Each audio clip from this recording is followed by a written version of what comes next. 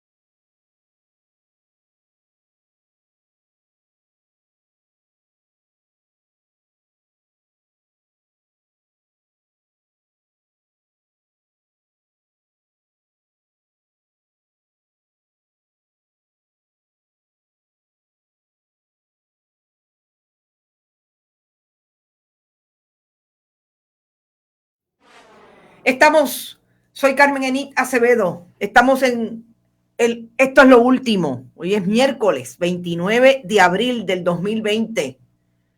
¡Wow! ¡Qué día! Empezaron otra vez las vistas, se activaron los legisladores con el procedimiento de compra desde la Administración de Servicios Generales y lo que es una ley, la ley 73, que se supone que ordena todo lo que tiene que ver con las compras en el gobierno de Puerto Rico, que es una ley del 2019, de julio del 2019. Vamos a ir a eso, pero yo creo que antes debemos ir a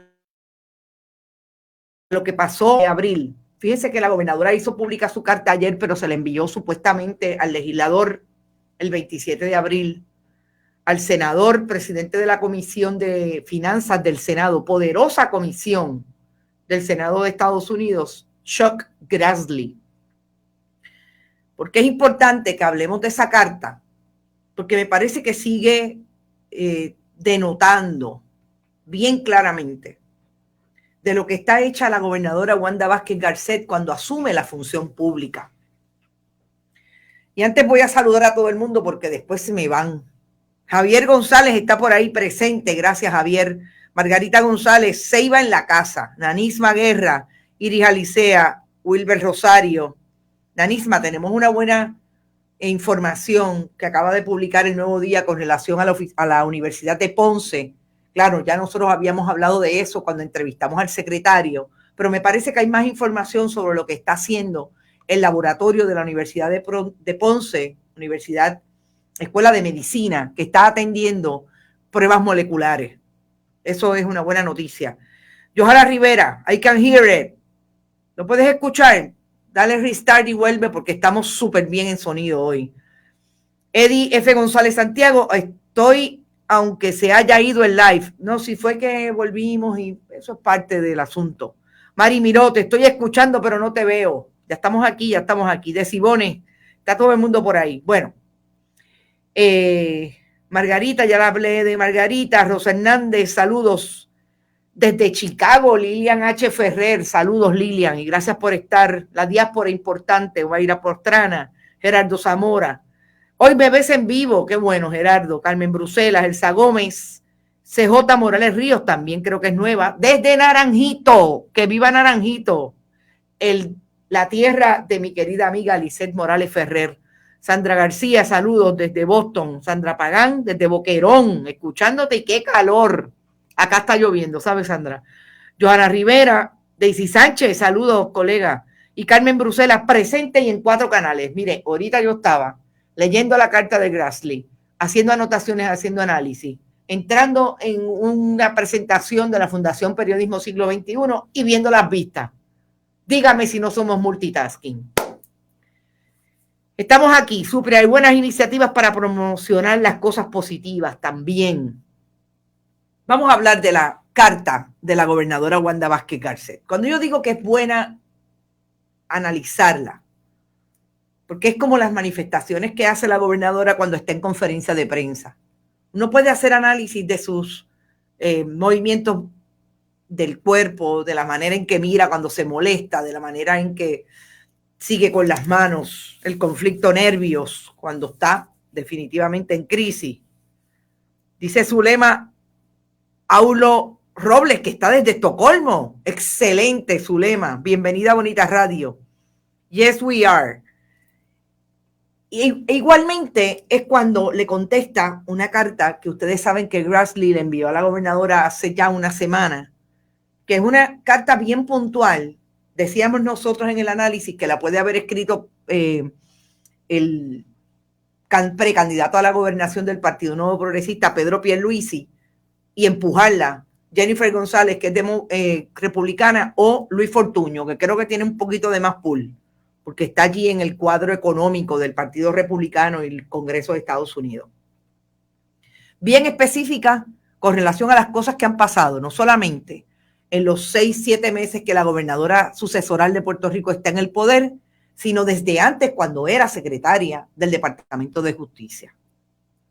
Y vamos a empezar precisamente por lo que trata la gobernadora en su primera contestación, en su primera página, de resumir, y entra en lo que ha sido la intervención de la Junta de Control Fiscal desde que se aprobó la ley promesa en el 2016.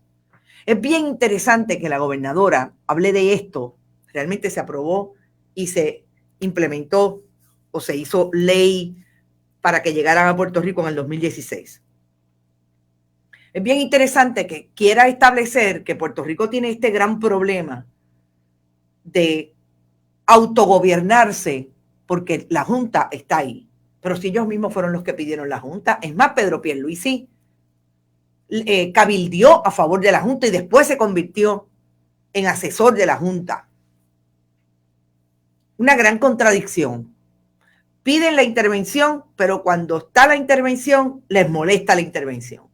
Una primera contradicción del discurso de la gobernadora, que no solamente abraza la estadidad para Puerto Rico, sino que es republicana. Y los republicanos creen en la intervención de las entidades gubernamentales para meter las manos en los presupuestos. Eso es un principio básico del gobierno de Estados Unidos cuando el Partido Republicano está en el poder. Así que nos parece la primera intervención. Definitivamente, y le voy a pedir a nuestro señor director que yo le hice un acopio de la carta en sus áreas más importantes, que nos coloque la página 2, porque a mí me parece que una vez más la gobernadora le hace el llorado al Congreso de Estados Unidos, específicamente al senador Grassley, con que todo es culpa de la colonia. No es que ellos se han robado hasta los clavos de la cruz, no es que ellos son malos administradores, no es que esta administración no sepa ni siquiera cómo exigirle a un contratista que haga su trabajo con relación a la plataforma que está creando. No, es que la culpa es del estatus territorial. Y ahí tienen la carta. Entonces, ahí mismo hablan del trato discriminatorio que se le da a Puerto Rico en todas las áreas del Medicare, asistencia nutricional, el crédito por niños, todo el discurso de la comisionada residente Jennifer González, que como ustedes saben, dice que ha conseguido muchísimo dinero para Puerto Rico y después nos enteramos que no es cierto, porque ella siempre está en su argumento de que el problema de Puerto Rico es que no es Estado.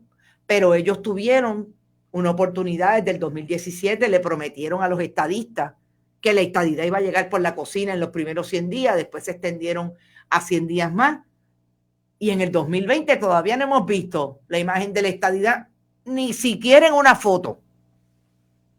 Pero la gobernadora dice que el problema que está identificando Grassley con relación a todas esas peticiones de información, además de falso, y vamos a eso ya mismo, es el problema de la colonia en Puerto Rico. Y yo me pregunto, ¿por qué si es el problema de la colonia, ellos no han sido asertivos en llegar al Congreso de Estados Unidos y conseguir la alegada estadidad? Ellos destruyeron el sistema de salud pública, ellos destruyeron el proyecto económico de manufactura a través de las 936, fueron a Washington, Romero Barceló y Pedro Rosselló, a cabildear. pero no han logrado nada en 30, 40 años y todavía le echan la culpa a la colonia. Ojo, podemos argumentar por qué la colonia y por qué el estatus político de Puerto Rico es una tranca para avanzar en muchos asuntos. No estoy hablando de que no lo sea. El problema es que los estadistas se sientan ahí, se abrazan ahí, cuando el argumento principal contra sus administraciones es la corrupción. Es como si nosotros somos corruptos en la colonia, pero no lo vamos a hacer en la estadidad. ¡Ja! Ya mismo sacan la junta, dice Sandra García. Lo escuché también. Anisma, la carta me da vergüenza ajena. Miren, es una carta que en principio hace uso de toda esa propaganda y demagogia para no contestar ninguna pregunta puntualmente. Sigue. Cuando establece en esa misma página 2, pero creo que está más en la página 3, que lo que las argumentaciones que trae Grassley no reflejan la manera en que su gobierno, en que el gobierno de Wanda Vázquez Garcet ha dirigido la función pública. Y que son supuestamente precisamente las opiniones de terceros que están influenciando negativamente en la reputación de su gobierno. El problema que tiene eso es que ese problema que tiene, valga la redundancia, esa crisis, ese conflicto interno que tiene el Partido Nuevo Progresista, los pone a pelearse desde el punto de vista, tú eres un corrupto, no, más corrupto eres tú. Tú eres un corrupto. No, porque tú vendiste los hospitales a precio de mercado abombado. No, pero tú también tenías 42 jefes de agencia convictos. Ese problema los pone a tirarse entre unos y otros y pasa esto. Que ahora Wanda Vázquez Garcet le está diciendo a un congresista republicano que el problema no es de ella, el problema es de Pierluisi, que le quiere manchar su reputación. Para mí, argumentos demagógicos que no contestan las preguntas puntuales. ¿Qué pasó con los almacenes? ¿Qué pasó con las investigaciones cuando ella era secretaria del Departamento de Justicia? ¿Qué pasó con las renuncias en el contexto de la pandemia en el Departamento de Salud, las órdenes de compra? En la página 3 le deja claramente establecido que son argumentos patentemente falsos. Diablo, cuando uno dice eso, yo creo que esta carta realmente no va a llegar a mucho. Esta carta lo que está tratando es, el senador está tratando de mover el palo a petición, obviamente, de esa otra facción en Puerto Rico del Partido Nuevo Progresista, de mover el palo para ver si se retira para la precandidatura a la gobernación, la gobernadora. Yo no creo que pase mucho, pero cuando uno dice a sí mismo en esa página 3, patentemente falso, ¡wow! Entonces entra a dilucidar en esa página 3 igualmente la demagogia del discurso de todo lo que ha logrado el encierro y las medidas de contención. ¿Qué tiene que ver el fondillo con la Navidad? En contra lo dirían de otra manera, pero realmente no. No voy a entrar en cómo lo dirían en contra esta vez. ¿Qué tiene que ver el lechón con el precio del pescado abombado que vendieron los hospitales? Pues la gobernadora hace uso de ese discurso nuevamente. Fíjense que es el mismo discurso que le da el gobierno al pueblo de Puerto Rico cuando salen conferencias de prensa. Yo lo he hecho bien porque las medidas de contención, aunque las hice sin ningún fundamento, sin ninguno, las hice a tiempo y estamos donde estamos. Independientemente de las diferencias que podamos tener con relación a eso, e incluso las acogidas que podamos tener, pero no con ese discurso propiamente, es precisamente con la idea y la razón que tienen muchos, incluidos de su partido, de decir que este pueblo no está peor en medio de la pandemia porque asumió la responsabilidad de quedarse en casa. y establecer de alguna manera un distanciamiento físico, porque social no es posible. En la página 4, gente, cuando habla de esa línea terrible que a muchos nos da escalofríos, cuando ella dice que es una mujer de ley y orden. La gobernadora insiste en decirle a Grassley lo que le dice a los periodistas cuando le preguntan qué va a pasar con las investigaciones pendientes con relación a los almacenes, a las órdenes de compra, a todo eso que tiene el Departamento de Justicia, aunque no tenga una secretaria. Entonces ella lo llama Accountability, Transparency and Ethical Compliance. Ella cumple con la ética, con el concepto de transparencia y con el concepto de accountability, que es responsabilidad, rendición de cuentas. ¿Cómo es? Pero gobernadora, si usted todavía no nos ha dicho qué pasó con los almacenes del huracán María, que usted dijo que era mejor que no le enviaran la evidencia para no contestarla y para no tener que investigar. Gobernadora, si todavía nos debe la información de qué pasó con los almacenes descubiertos en medio del terremoto. Gobernadora, si todavía nos debe la información, la contestación a las preguntas de quién en su administración mete las manos en las órdenes de compra, sobre todo en las órdenes de compra del compadre de Jennifer González, 38 millones de dólares. La pregunta es, ¿para qué campañas políticas iba alguito de ese dinero? Es una pregunta legítima que se hace el país. Se miraron de quemar las neuronas con los argumentos. Es una cosa increíble. Margarita, el colonialismo es opresión, nada tiene que ver con la corrupción, exacto. Omaira Pastrana, trabajan para tener un bolsillo mejor, la corrupción en su máxima expresión, vergonzoso. De ley y orden, me imagino, Cristo no puede creer que ella piense así.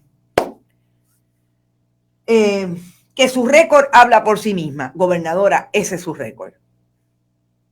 Ese es su récord y ahí están las conferencias de prensa y ahí están las imágenes. Y ahí están las imágenes cuando trata hostil a los periodistas, cuando le insisten en las preguntas, cuando usted no quiere contestar preguntas relacionadas a todo lo que ha tenido que ver con su función dentro del Departamento de Justicia como secretaria y ahora como gobernadora sucesoral. Sigue en la página 5 cuando habla de su récord y dice que su administración mantiene una política de puertas abiertas para la población de diversidad, incluso en términos de religión, y que se han distribuido 100 millones de dólares en presupuesto para 78 municipios. Y eso yo lo voy a contestar con la siguiente postura, con la siguiente evidencia del gobierno de Wanda Vázquez Garcet.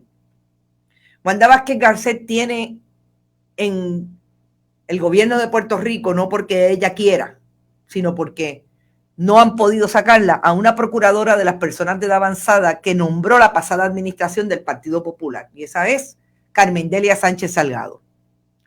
No la invitan a una sola conferencia de prensa del gobierno de Puerto Rico precisamente porque no es PNP. Y yo lo he dicho aquí antes y lo vuelvo a repetir. Cuando la invitaron en una ocasión, cuando Ricardo Rosselló Nevares era gobernador, iba de camino en medio del huracán María, iba de camino la procuradora y la volvieron a llamar que se habían equivocado. Precisamente porque una de las jefas de agencia del Partido Nuevo Progresista dijo, ella no es del partido, porque la reunión de los jefes de agencia era política, no era para hablar del huracán María. Así es que ustedes me dirán si la gobernadora puede cumplir con esa línea que dice en la página 5 de que su gobierno es de políticas de puertas abiertas con relación a la diversidad política e incluso de religión.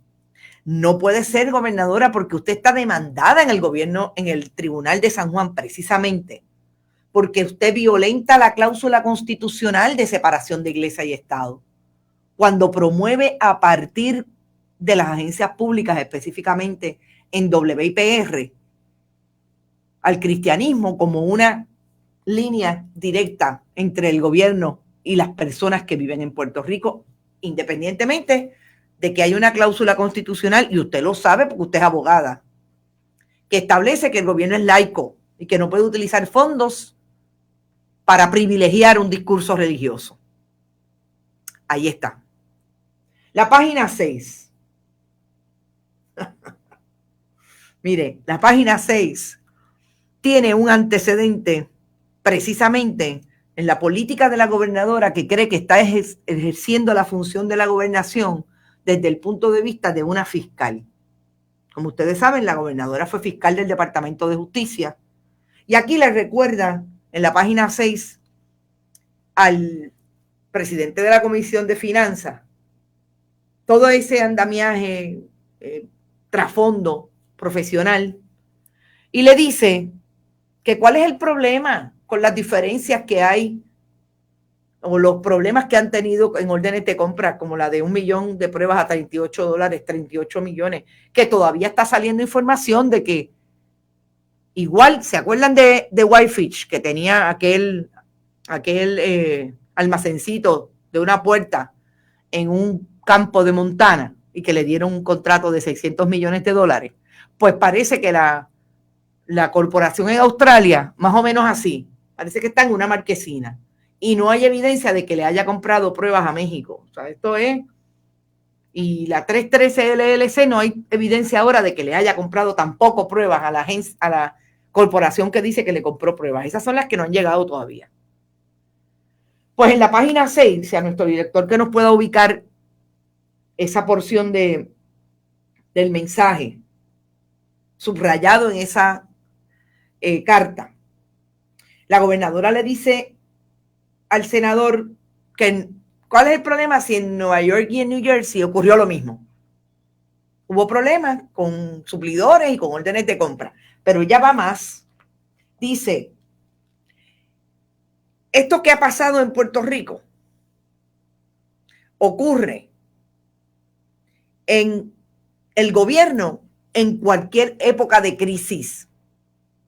O sea, la defensa de la gobernadora la asume, en lugar de posicionarse como fiscal, aquí se está poniendo como abogada de defensa.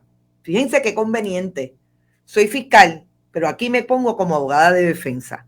¿Cuál es la defensa del gobierno de Puerto Rico en esa carta? Mire, que a mí no me venga a coger como chivo expiatorio. Esta es la defensa de la persecución selectiva. ¿Por qué usted me está acusando a mí cuando usted tiene 2 estados allí en Estados Unidos, en su territorio, que les ha pasado lo mismo y que tienen serios problemas con suplidores y hay investigaciones abiertas? Esta es la defensa de, como yo les he dicho antes, del juez de Ponce, Gilberto Rodríguez Sayas, que le dijo al tribunal que él no podía ser convicto porque estaba cobrando por las bodas en medio de su trabajo en la judicatura ponceña y en horas laborables, porque a él lo estaban utilizando como parte de ese mecanismo de persecución selectiva. Esta es la defensa que la gobernadora como fiscal ha tenido, yo espero, que ha tenido que defender al pueblo de Puerto Rico versus los narcotraficantes que dicen que usted me está escogiendo a mí dentro de todo el grupo de narcotraficantes de Puerto Rico y me está discriminando. Esta es la gobernadora de Puerto Rico en la página 6. ¿Por qué? Ella sabrá. Y finalmente termina esa carta en su página 7 estableciendo que la Junta de Control Fiscal, y esto sí que me llama poderosamente la atención, la Junta de Control Fiscal tiene una campaña de cartas que crean atrasos y deficiencias en el proceso que pueden solucionarse solamente con una llamada telefónica. Qué interesante que la gobernadora dijo en un principio que estaba todo pitches and cream con la Junta de Control Fiscal y ahora establece que es que la Junta la tiene en contra de ella y lo que se puede resolver con una llamada telefónica, ellos lo insisten en hacerlo a través de esta campaña de cartas, pero no se queda ahí. Dice que lo que la Junta está haciendo es intervenir indebidamente en su proceso de establecer política pública, que eso no tiene alcance en la ley promesa. Eso no entra en las funciones de la Junta. El problema que tiene la gobernadora es que la Junta entra en todo lo que tenga que ver con presupuesto. Y me dirá usted si eso no es establecer política pública. ¿Cuáles son las prioridades? Si yo tengo el control del presupuesto y la Junta le está diciendo a la gobernadora, usted tiene que utilizar el presupuesto y hacer estos ajustes, eso es establecer política pública en lo más importante que tiene que ver con el gasto público.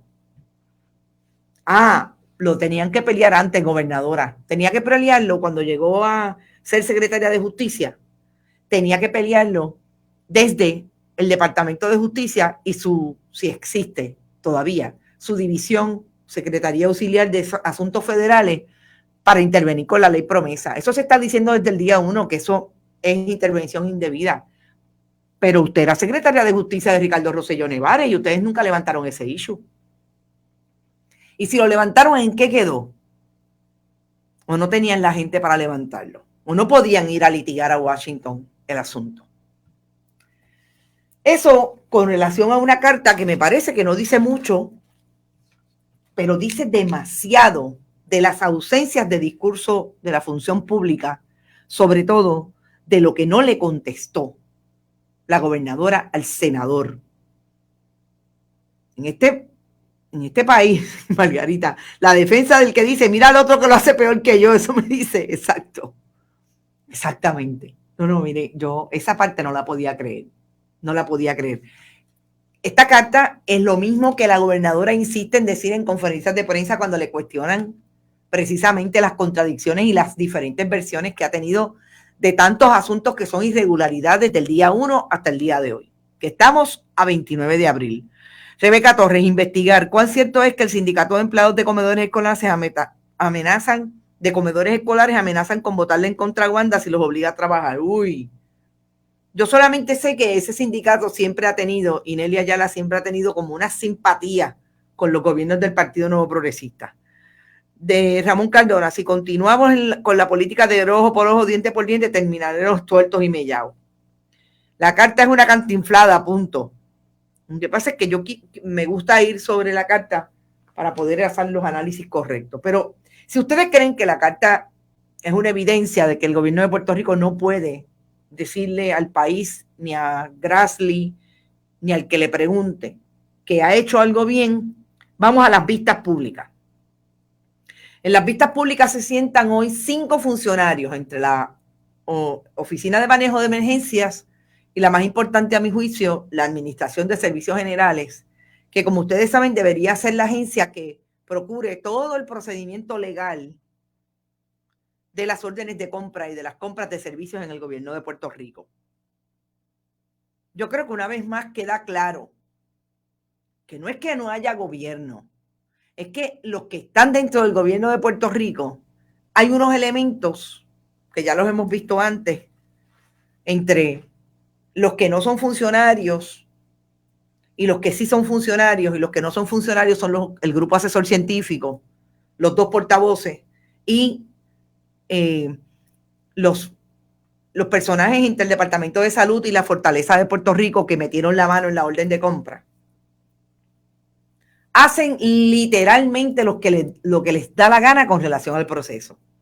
Y es que hay una ley 73 del julio del 2019 que se estableció precisamente para dirigir los trabajos de compra alrededor de ASG, centralizarlos y decirle las compras excepcionales. Entre las compras excepcionales caen las de emergencia.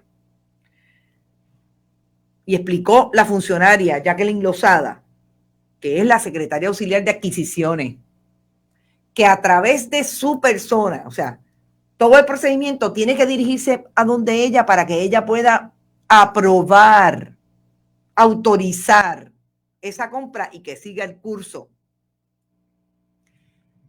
No es que la orden de compra de 38 millones no haya pasado por donde ella. Es que durante esta emergencia está específicamente establecida en el Departamento de Salud desde el 9 de marzo.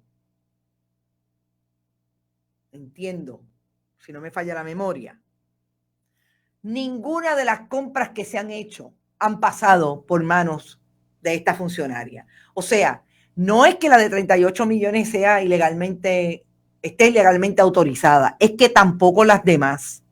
Y solamente en el Departamento de Salud la semana pasada trascendió en estas mismas vistas públicas que se habían erogado por lo menos 15 millones de dólares en fondos para compras de emergencia. Pero eso no ha pasado por las manos de la persona que se encarga. El director de la Administración de Servicios Generales desde julio del 18, Otmar Chávez Quiñones, administrador, bendito, pasó un trabajo para contestarle al legislador que en efecto las cartas circulares que él emite, que hay 2 cartas circulares, una de octubre del 2019 y una del 2018, no pueden ir por encima de la ley 73. Pasó un trabajo, estuvo como hora y 20 minutos dando para atrás y para adelante, hasta que en efecto tuvo que decir, pues no.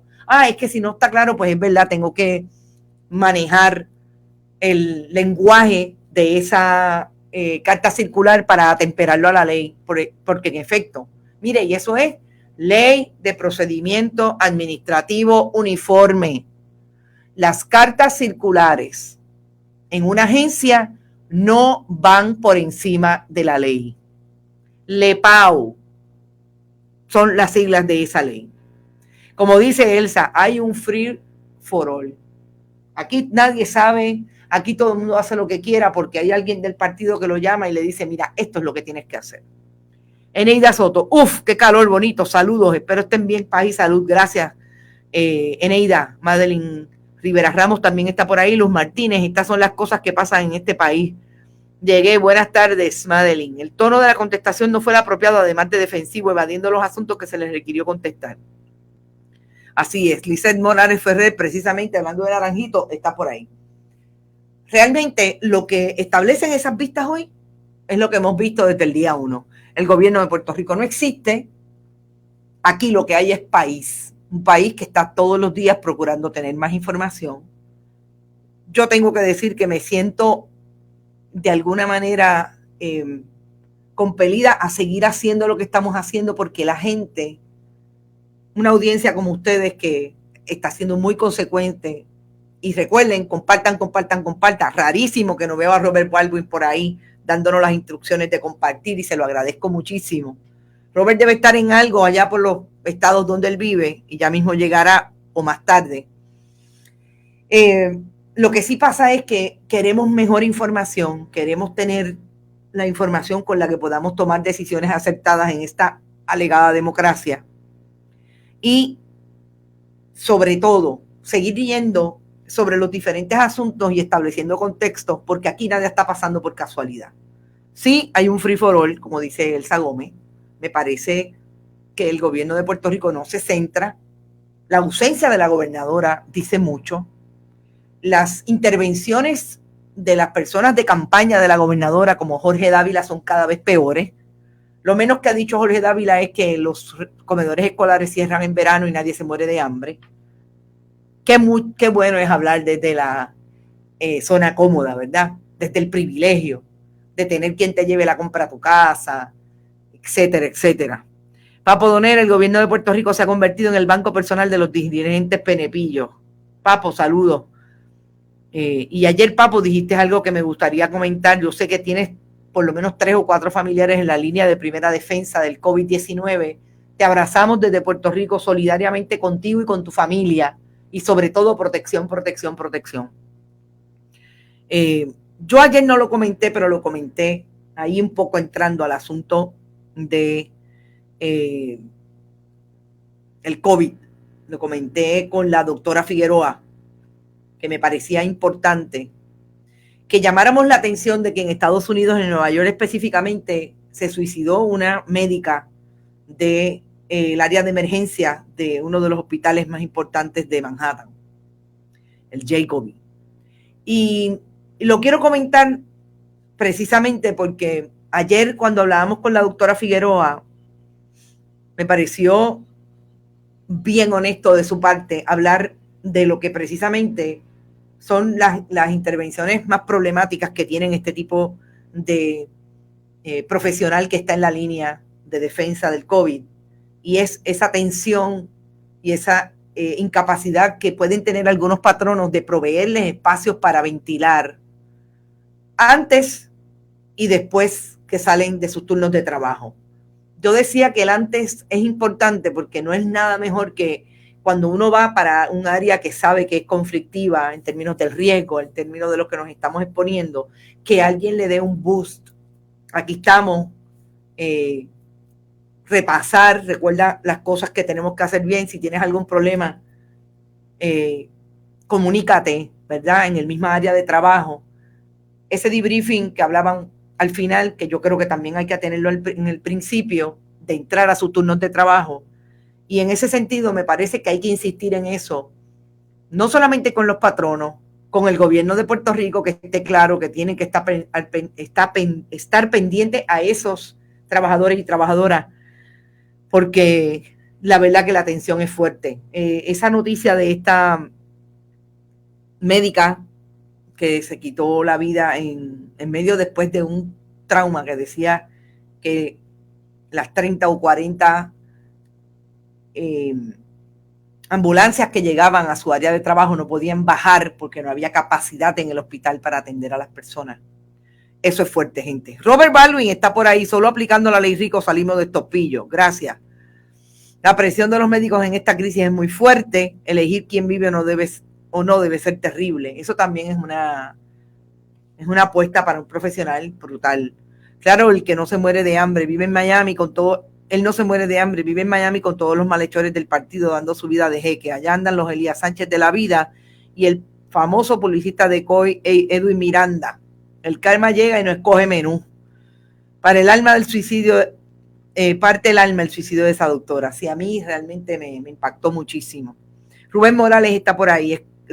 Joel Enrique Rivera dice, es como el reguero que tienen con los 1.200, que hoy hay muchas personas recibieron el dinero en sus cuentas de la IARES, mientras Pareja Licea amenaza que las personas que solicitaron recibieron los 1.200 vía el IARES. Sí, no, es que lo de esos jefes de agencias es nefasto. Nancy Matos Vázquez también está por ahí. Yo quiero comentar lo de la Universidad de Ponce porque me parece una buena noticia, me parece que es eso que hacen los puertorriqueños, las instituciones en Puerto Rico, que son solidarias con el país, independientemente del gobierno. La escuela del laboratorio, la entrada del laboratorio de la Escuela de Medicina de la Ponce Health Science University ha permitido que Puerto Rico se realicen entre 1.500 y 2.000 muestras moleculares, alegadas PCR, adicionales semanalmente. Eso es buenísimo en manos de una escuela que obviamente me imagino que tendrán sus controles, sus reglamentos, etcétera. Se unió hace 2 semanas, tal y como lo hablamos aquí con el secretario.